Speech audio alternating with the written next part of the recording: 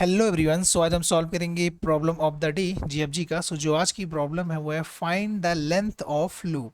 So basically इस problem को solve करने से पहले हम एक एल्गोरिदम के बारे में डिस्कस करेंगे जिस एल्गोरिदम का नाम है फ्लॉयड साइकिल डिटेक्शन।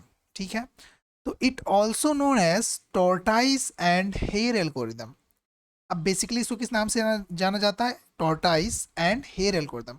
टॉर्टाइस को तो हम जानते ही हैं, टॉर्टाइस कछुआ, और हेयर मतलब होता है रैबिट। ठीक है, तो बेसिकली इस पार्टिकुलर फ्लैट साइकिल डिटेक्शन के नेम से ही लग रहा है कि एक टोर्टाइज यानी कुछ स्लो चल रहा होगा, एक रैबिट यानी कुछ फास्ट मूव कर रहा होगा। ठीक है, तो in this algorithm we have a slow pointer and a fast pointer. Basically Floyd cycle detection में हमारे पास एक स्लो पॉइंटर होता है और एक फास्ट पॉइंटर होता है। स्लो पॉइंटर जिसको हम टोर्टाइज बोलते हैं जो कि होता है कछुआ, फास्ट पॉइंटर जो कि होता है रैबिट। ठीक है, तो बेसिकली यहाँ पे इस पर्टिकुलर एल्गोरिथम में क्या करते हैं हम, टू पॉइंटर होता है मेरे पास, एक स्लो होता है एक फास्ट होता है। स्लो वाला जो स्लो है वो एक बार में एक्स मूव करता है, और जो हमारा फास्ट पॉइंटर यानी रैबिट है वो एक बार में टू मूव करता है यानी टू एक्स मूव करता है। तो बेसिकली रैबिट हमारा दो बार जंप करेगा और जो हमारा कछुआ वो एक बार जंप करेगा। ठीक है, तो अब इसमें बेसिकली इस एल्गोरिथम में हम साइकिल डिटेक्ट कैसे करते हैं उसको समझते हैं। जैसे लेट्स सपोज हमारे पास ये कोई एक हमारे पास लिंक लिस्ट है या फिर कोई हमारे पास ग्राफ या लिंक लिस्ट कुछ भी है। तो सबसे पहले स्टार्टिंग हमारा रैबिट और टॉर्टाइज दोनों जो है स्टार्टिंग पॉइंट पे क्या करेंगे, यहाँ पे खड़े रहेंगे।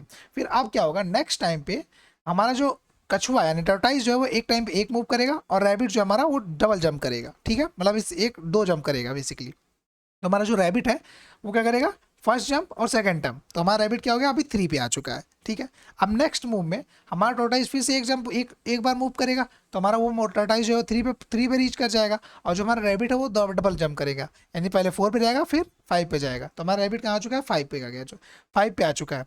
ठीक है, अब नेक्स्ट टाइम देखते हैं। फिर हमारा जो टोर्टाइज है वो 3 से हमारा कहाँ जाएगा, वो 4 पे आएगा क्योंकि अभी 3 पे था। तो अब कहाँ एक मूव करेगा, वो कहाँ पहुंचेगा, 4 पे पहुंचेगा। और हमारा जो रैबिट था वो 5 पे था, तो डबल मूव करेगा तो कहाँ पे आ जाएगा, 7 पे आ जाएगा। ठीक है, फिर से हमारा टोर्टाइज जो कि 5 पे था, सॉरी 4 पे था, वो जंप करेगा किस पे आएगा, क्योंकि उसको वो जो हमारा टोर्टाइज है वो सिंगल जंप करेगा, तो यानी सिंगल जंप करेगा तो हमारा कहाँ पे आया, 5 पे आया। और वहीं हमारा रैबिट जो है डबल जंप करेगा तो यानी कहाँ पे आएगा, वो 9 पे आएगा। ठीक है, अब नेक्स्ट मूव, तो ऐसे ही करते करते एक ऐसा पॉइंट आएगा जहाँ पे हमारा रैबिट और टोर्टाइज दोनों किसी एक सेम नोड या वैल्यू पे रीच कर रहे होंगे, यानी दोनों सेम यानी सेम नोड पे होंगे। ठीक है, अब सेम नोड पे होने का मतलब क्या है, when they meet if it means they both are in cycle. मतलब अगर वो दोनों किसी सेम नोड पे है, इसका मतलब क्या हुआ कि दोनों किसी ना किसी एक साइकिल में फंस चुके हैं। क्यों? क्योंकि हमारा रैबिट स्लो मूव कर रहा था, अगर हमारा सॉरी हमारा जो टोर्टाइज है वो स्लो मूव कर रहा था। अगर रैबिट दोबारा टोर्टाइज के पास आ गया, मतलब रैबिट ने एक ना एक लूप यानी एक ना एक चक्कर किसी ना किसी का लगाया है, जिससे कि वो दोबारा हमारा टोर्टाइज के पास आ गया। क्योंकि टोर्टाइज तो स्लो मूव कर रहा है तो वो तो इतना फास्ट मूव नहीं करेगा। यानी जब रैबिट टोर्टाइज के पास आ चुका है, अगर ये दोनों सेम नोड पे होंगे, इसका मतलब क्या है कि वो दोनों किसी ना किसी साइकिल में आ चुके हैं, यानी किसी ना किसी साइकिल में फंस चुके हैं। ठीक है, तो बेसिकली इससे हमको ये पता चला कि अभी हम दोनों जो हमारा टोर्टाइज और हमारा जो रैबिट है वो दोनों किसी ना किसी एक साइकिल में। ठीक है, अब हमको क्या करना है, बस इस साइकिल की लेंथ निकालना है और वही हमको रिटर्न करना है। तो बेसिकली अब इस साइकिल की लेंथ कैसे निकालेंगे, तो क्योंकि हमको पता है we know both present in a cycle, दोनों एक साइकिल में प्रेजेंट है, तो हम क्या करेंगे, सो बेसिकली अब हमको लेंथ कैलकुलेट करना है। अब दोनों क्या है कि एक नोड पे है, यानी दोनों क्या है भी 7 पे हैं, तो हम क्या करेंगे, एक लूप लेंथ एक वेरिएबल बनाएंगे। अब हम एक टेम्पररी करंट वेरिएबल एक करंट नोड बनाएंगे जिसके अंदर हम स्लो के इंडेक्स यानी हम 7 को पॉइंट कर देंगे। अब क्या होगा, हमारा करंट जो है मूव करता रहेगा, जैसे जैसे करंट मूव होगा हम क्या करेंगे, लूप की लेंथ को इंक्रीज करेंगे। जैसे करंट यहाँ पे है तो लूप की लेंथ को हम 1 करेंगे। फिर ऐसे ही हम करंट को क्या करेंगे, हमेशा मूव करते रहेंगे जब तक कि वो दोबारा हमारा स्लो पे आ नहीं जाता, मतलब जब तक दोबारा टोर्टाइज की अपनी पोजीशन की अपनी ओरिजिनल पोजीशन पे नहीं आ जाता, तब तक हम क्या करेंगे, हमेशा उसको नेक्स्ट करते जाएंगे और हमेशा लूप की लेंथ को इंक्रीज करते जाएंगे, और लास्ट क्या करेंगे, हम लूप की लेंथ को रिटर्न कर देंगे।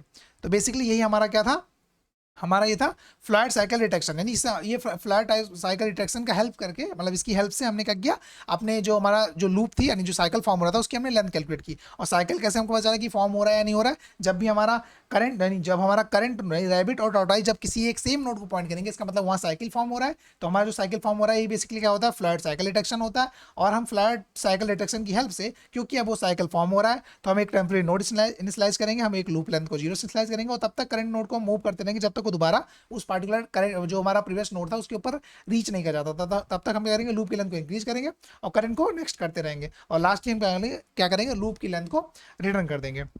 तो बेसिकली सेम वही हमारा अप्रोच है। कोड देख लेते हैं। अगर हेड हमारा नल है या हेड कंडक्ट नल है तो हम रिटर्न जीरो, ऑब्वियस बात है, नहीं साइकिल ही नहीं फॉर्म होगा। अगर कुछ है ही नहीं हमारे पास, कोई नोड ही नहीं, तो साइकिल ही नहीं फॉर्म होगा।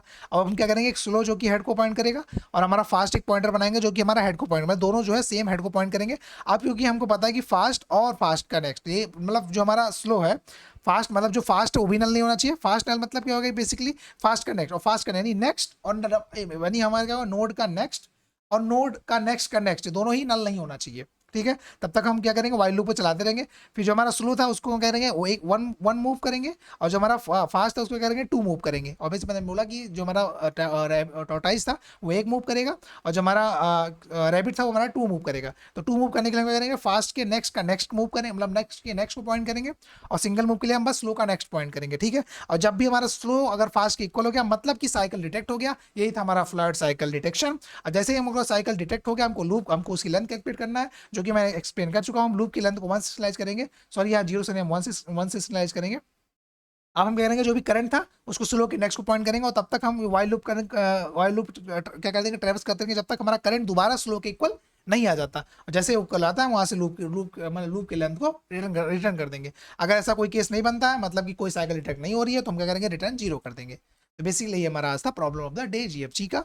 अब हम इसी टाइम कॉम्प्लेक्सिटी की बात करें तो हम, क्योंकि हम क्या करें, ओवरऑल एक टाइम तो हम सारे नोड को विजिट कर ही रहे हैं, तो यानी हम एन नोड होगा तो हम एन टाइम विजिट करेंगे, यानी टाइम कॉम्प्लेक्सिटी होगी बिग ऑफ ओ एन, क्योंकि हम टोटल एक ही वाइल लूप चल रहा है जो कि एन नोड को ही विजिट करेगा, नहीं जो भी एन नोड होंगे। यानी ओवरऑल टाइम कॉम्प्लेक्सिटी क्या होगी, बिग ऑफ ओ एन।